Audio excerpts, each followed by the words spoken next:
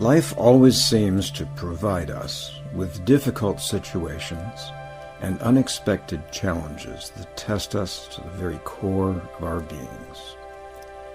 The Serenity Prayer, attributed to Reinhold Niebuhr, can be helpful at those times. God, grant me the serenity to accept the things I cannot change, courage to change the things I can, and wisdom to know the difference. If a situation cannot be changed, we may have to accept it as part of the ever-changing and unstable human condition, at least until such time when we can actually do something about it. Part of accepting the situation is acknowledging honestly our feelings of uncertainty, doubt, sorrow, disappointment, heartache, and frustration. Denying our emotions never works, nor does fighting our emotions. The other part of accepting the situation involves observing our thoughts and emotions when they arise, for by observing them objectively, we begin to detach ourselves from them. Acknowledging and impartially observing our thoughts and emotions allows us to feel the divine presence within and create some quiet inner space where our compulsive thinking and worry cease to operate. From a quiet place of observation and inner serenity, we are less likely to become overwhelmed by emotions and negative thoughts, allowing us to better deal with the situations at hand. The challenges of life offer us the opportunity to transform ourselves into the people of greater depth and spirituality that is our potential. Just beyond our thoughts and emotions, our divine essence is waiting for us to realize our true nature in the present moment, whatever that present moment brings. How easily we convince ourselves that worrying is a sign that we care and are actually doing something, when in reality, we're doing nothing but wasting our energy.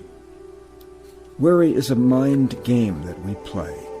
It involves mentally obsessing over an unhappy or uncertain future that hasn't yet happened. This game of incessant thinking and projecting into a future that has yet to unfold distracts us from living fully and consciously in the present moment. Better we use that energy that worry expends from us to do something else that's positive, helpful, or practical, and now. Reliving over and over again the pain and injustices of the past is another mind game that distracts us from living fully at this moment. Better we should use the past to inform us of how to live more wisely and fully in the present. Anger at people, an institution, or circumstances, whether justified or not, will not result in anything positive. Anger is destructive and unhealthy, emanates from emotional pain, and renders us unable to look at things with the necessary perspective. Fighting anger only feeds it and makes it stronger. Impartially observing anger, on the other hand, draws energy away from it, allowing the misused energy to be transformed into awareness, presence, and the power to make useful changes.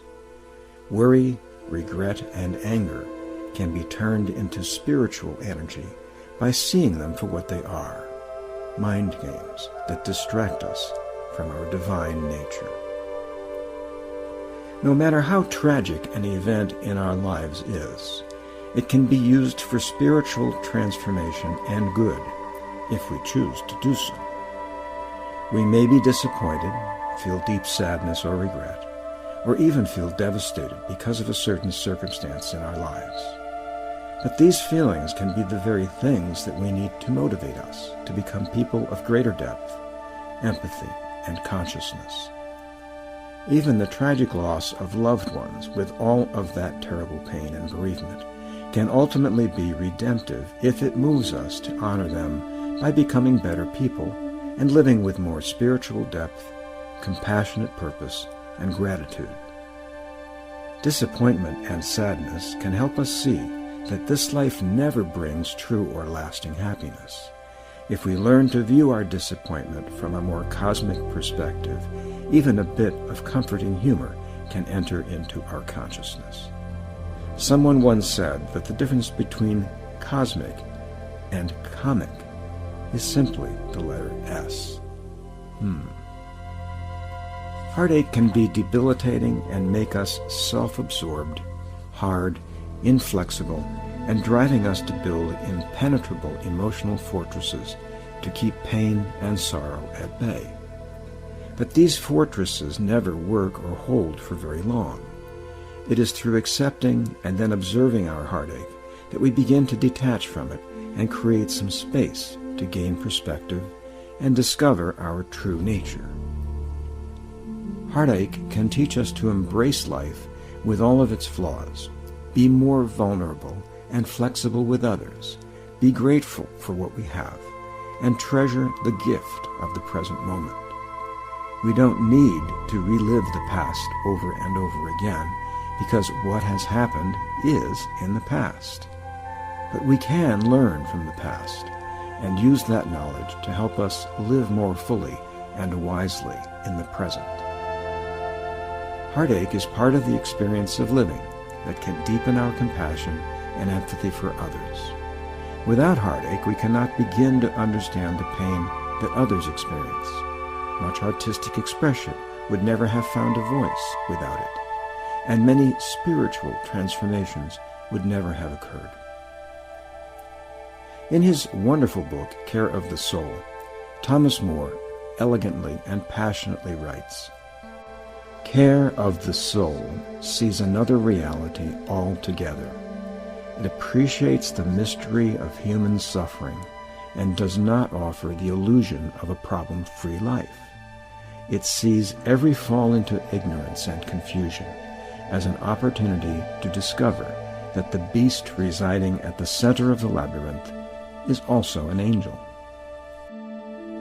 In other words, every challenging situation in life is a double-edged sword, containing within it the power to destroy or redeem. It is always our choice to embrace the beast or the angel. We can embrace the beast and lash out angrily against ourselves and the people and situations that cause us pain and sorrow. Or we can accept our sorrow and heartache and embrace the angel of redemption and soar above the dark labyrinth by living in the present moment with joy and gratitude.